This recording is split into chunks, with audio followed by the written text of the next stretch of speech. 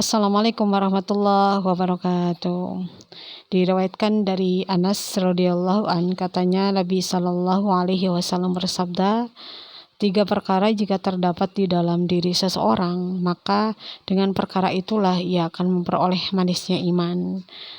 Yang pertama, seorang yang mencintai Allah dan Rasul-Nya lebih dari selain keduanya. Yang kedua, mencintai seorang hanya karena Allah. Yang ketiga, tidak suka kembali kepada kekafiran setelah Allah menyelamatkannya dari kekafiran itu, sebagaimana dia juga tidak suka dicampakkan ke dalam api neraka.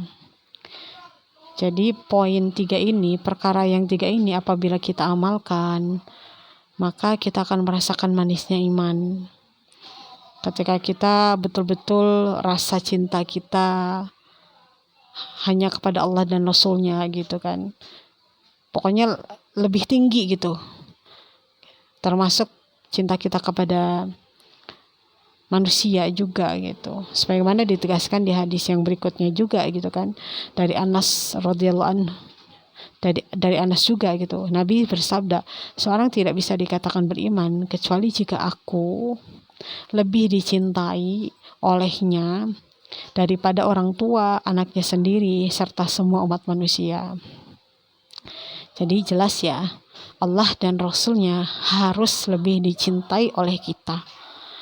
Sekalipun itu terhadap orang tua kita, anak kita, dan juga semua manusia.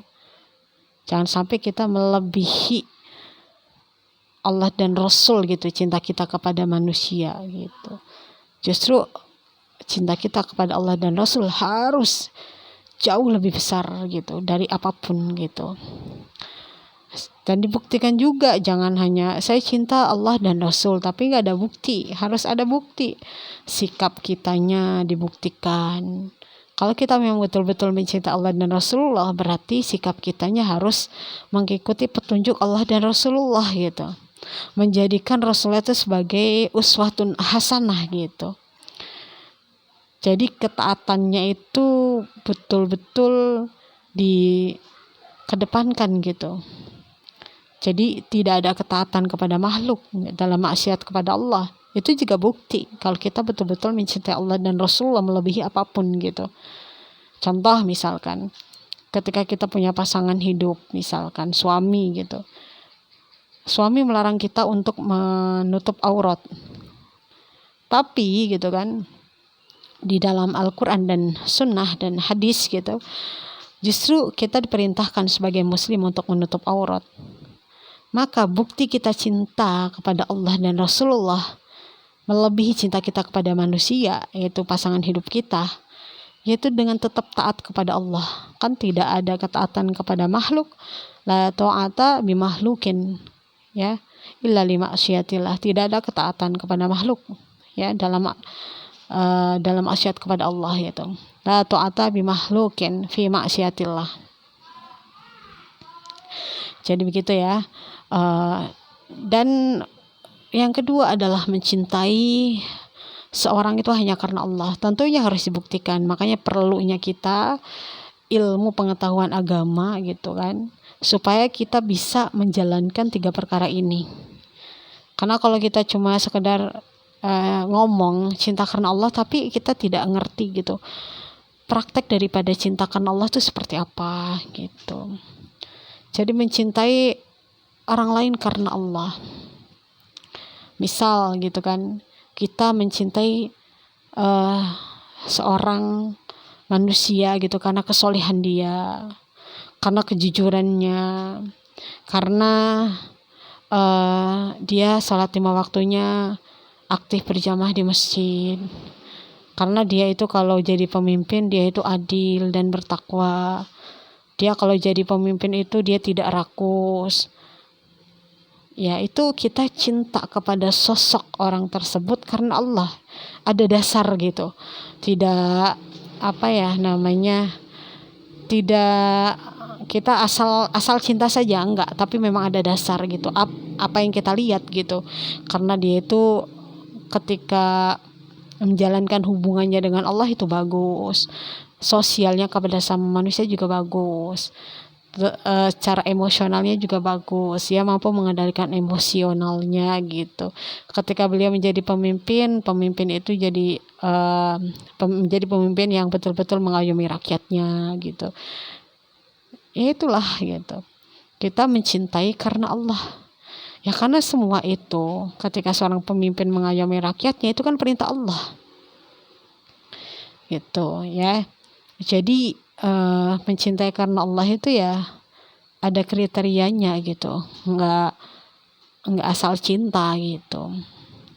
Dan juga kita tidak suka dikembalikan kepada kekafiran gitu ya, misalkan kezaliman, perbuatan nista, perbuatan keji, kita nggak suka gitu. Itu salah satunya juga termasuk gitu kan. Misalkan salah satu hadis Nabi gitu, siapa saja meninggalkan sholat berarti dia telah kafir. Kafir di sini adalah mengingkari, bukan mengingkari keberadaan Allah, tapi kategorinya mengingkari perintah Allah. Maka orang tersebut kalau memang betul-betul tidak suka gitu kan dikembalikan kepada kekafiran, misalkan dulunya sering ninggalin sholat ya, sekarang sudah aktif sholatnya 5 waktunya, bahkan berjamaah di masjid, maka ketika dia tidak suka kembali kepada masa-masa jahiliyah dulu gitu kan, maka dia akan merasakan manisnya iman. Jadi bisa dikatakan dia betul-betul taubatan nasuha begitu ya. Jadi ya semoga kita bisa mengamalkan 3 perkara ini, sehingga ketika kita memandang sesuatu, melihat sesuatu, itu jangan semau kita sendiri gitu. Kita bisa menerjemahkan keadaan itu dengan prediksi kita tanpa ada bukti-bukti yang jelas gitu. Jadi memang betul-betul prioritas utamanya kita memilih atau mencintai karena Allah itu ya harus betul-betul dilihat kualitas dia gitu. Sebagai seorang muslim, misalkan kalau dia muslim bagaimana gitu ya kan, ketika kita memilih pemimpin pun pasti kita harus ada alasan apa sih yang membuat kita bisa cinta sama pemimpin itu. Oh ternyata kesolihannya, kecerdasannya, kecakapannya dalam memanage gitu kan. Sebelumnya mungkin dia pernah jadi pemimpin, jejaknya luar biasa begitu, misal kan kayak gitu. Jadi ada alasan ketika kita mencintai karena Allah, karena kebaikannya yang diperintahkan oleh Allah gitu kan di dalam Al-Quran dan Sunnah gitu kan. Dan mencintai karena Allah juga bisa dibuktikan dengan karena orang tersebut betul-betul menjauhi larangan-larangan Allah gitu kan, tidak melanggar norma-norma agama gitu ya, tidak menerapkan sifat sekulerisme. Apa sekulerisme itu adalah yang menjauhkan agama dari kehidupan, padahal agama sangat penting ya. Kalau agama dijauhkan dari kehidupan gimana gitu. Ketika agama dijauhkan dari kehidupan, misalkan jadi pemimpin negara gitu kan, pokoknya dia nggak mau bawa agama, nanti ketika dia akan dihadapkan permasalahan ya di dalam negara kan pasti permasalahannya sangat luas sekali. Dia bisa menghalalkan segala cara, melakukan kecurangan ya, korupsi, melakukan kezoliman, kebohongan, kedustaan ya. Itu hasilnya apa? Negara kan hancur. Karena apa? Karena menjauhkan agama dari kehidupan, terutama Islam ya, karena Islam itu agama yang sangat perfect gitu, agama yang sempurna, agama yang seimbang gitu. Dari bangun tidur sampai tidur lagi pun ada di Islam.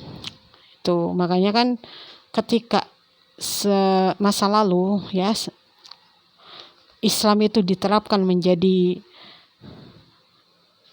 hukum kehidupan kita gitu kan, baik hukum di dalam ranah pribadi, keluarga, masyarakat atau bahkan negara, itu maju gitu. Karena memang Islam itu agama yang memang betul-betul seimbang gitu, sesuai dengan kebutuhan manusia gitu.